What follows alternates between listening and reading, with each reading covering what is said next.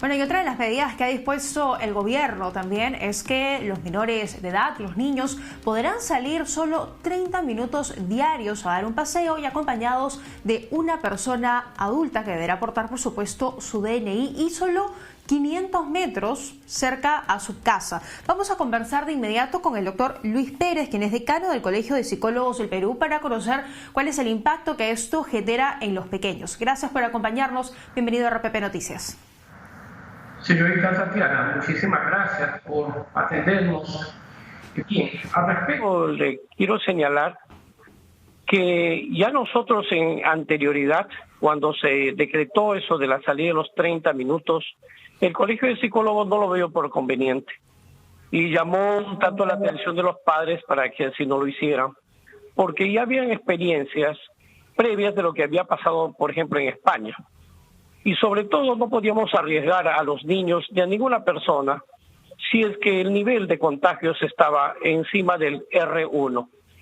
En estos momentos igualmente está pasando lo mismo y se han incrementado los contagios, pero sobre todo lo que no pasaba antes, ahora ya tenemos niños contagiados, estamos hablando más de 23,000 niños, pero nosotros, el Colegio de Psicólogos lo advirtió y también ya hay fallecidos, hay niños fallecidos. Entonces acá tenemos que actuar con total seguridad. Y en ese sentido lo que consideramos nosotros es que igualmente no es necesario esos 30 minutos, no es relevante esos 30 minutos. Y acá tenemos que seguir tomando totalmente las seguridades, porque estamos hablando de vidas, estamos hablando de vida de niños. Sí, de acuerdo. ¿Verdad? Y seguramente todos estos relajos... ¿Cuál es la recomendación que hacen? Bueno, que los niños igualmente permanezcan en casa, pero sobre todo incidir fundamentalmente en el manejo que los papás tienen que hacer de sus niños.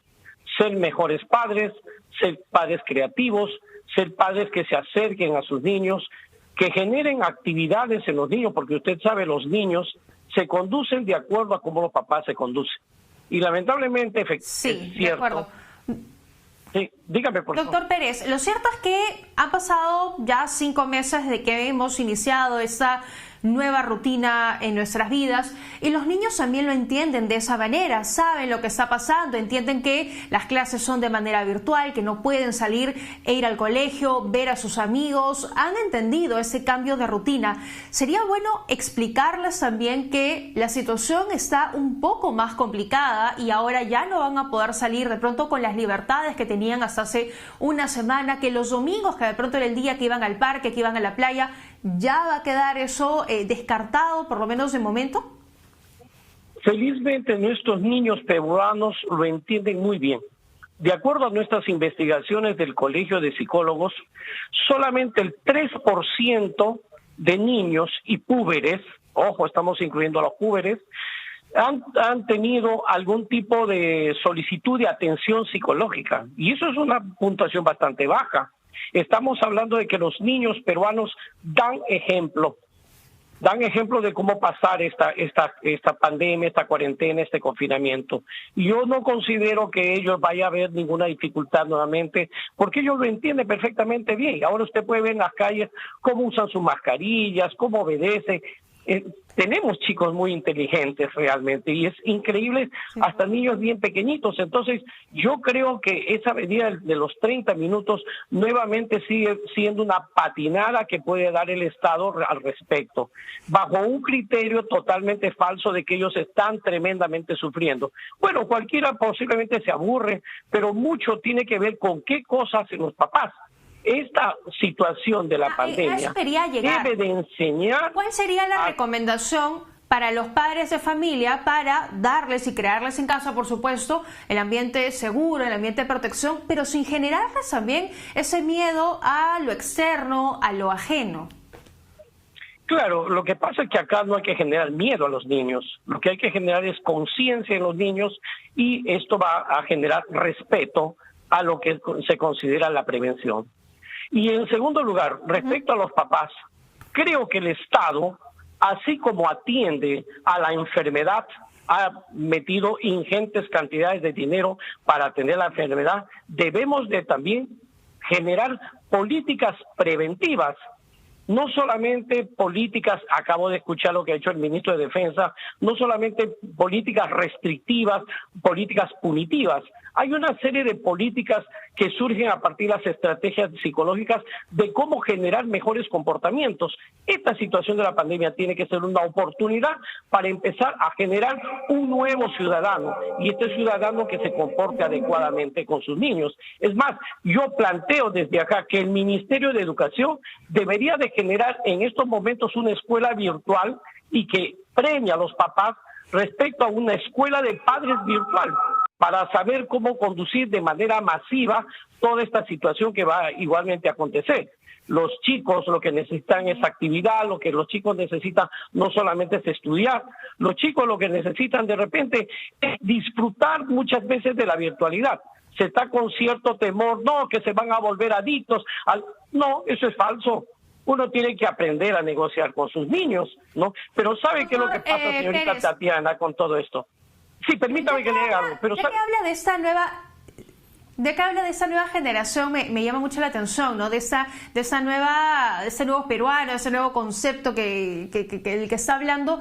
¿Tendremos una nueva generación de estos niños más adelante, ya cuando crezcan con el pasar de los años, que sean mucho más conscientes del lavado de manos, de cubrirse la boca al momento de estornudar, de toser, de taparse de pronto cuando están enfermos? ¿Vamos a crear eso, vamos a desarrollar eso viéndolo del lado más positivo?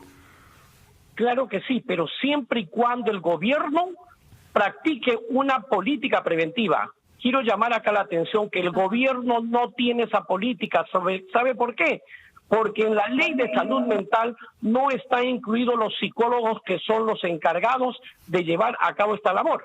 No figuran los psicólogos, y este es el momento de la psicología, se llama mucho de la salud mental y no están haciendo partícipes a los psicólogos, y eso es un tremendo problema que tiene que corregirse, porque acaba de archivarse la modificatoria de la ley de salud mental bajo el criterio de que los psicólogos están queriendo acaparar el campo de los médicos, y eso es una total falsedad. La psicología tiene todo su campo de acción respecto a saber cómo promover, cómo prevenir y generar este nuevo ciudadano, porque eso es lo que nos va a dejar siempre y cuando el gobierno establezca adecuadas políticas y que llamen a los profesionales conocedores del manejo del comportamiento humano. Vamos a tener ese tipo de chicos, aprovechemos esto en generar ciudadanos más responsables, ciudadanos que tengan un comportamiento cívico adecuado, porque incluso eso mismo implica desarrollo para nuestro país, y por ahí tenemos que ir. Claro, porque además siempre hemos rescatado la importancia de la salud mental, pero es un tema que siempre ha quedado relegado, y creo que hoy además con el confinamiento, con la pandemia, hemos caído en cuenta que temas como ansiedad, depresión, angustia han saltado y han incrementado muchísimo, y ha faltado justamente un mejor manejo, un mejor soporte emocional y psicológico. Y lo mismo que le pasa a los adultos también se replica en los niños. Efectivamente, esa es una realidad. Y el incremento que hemos tenido también es porque no ha habido una adecuada política de salud mental, una adecuada política preventiva de buena salud mental. No lo hay en general. Yo no sé qué espera el gobierno, porque el gobierno está pretendiendo tratar la salud mental fundamentalmente con psicofármacos. Y usted sabe que en realidad, ¿a dónde es que la gente acude cuando tiene algún problema psicológico, algún trastorno psicológico? Va al psicólogo. Pero el psicólogo no está incluido en esa ley y lo han relegado en su papel. Es un tremendo y craso error que el gobierno ha cometido respecto a la salud mental, cuando ahora nos necesitamos demasiado. Yo espero que este nuevo rebrote por fin sirva para que el gobierno y el señor presidente de la República pues llame a los que están trabajando en este campo, que son efectivamente los psicólogos.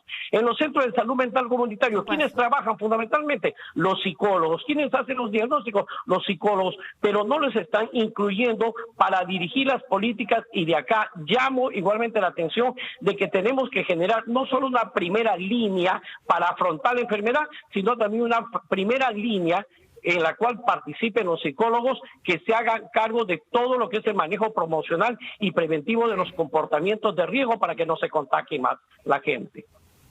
Clarísimo, doctor Pérez, su punto, y lo compartimos también desde aquí. Resaltamos la importancia de la salud mental. Lo hemos hecho siempre y hoy más que nunca es uno de los pilares que no debería seguir quedando relegado de nuestra salud. Muchísimas gracias por acompañarnos esta tarde en RPP.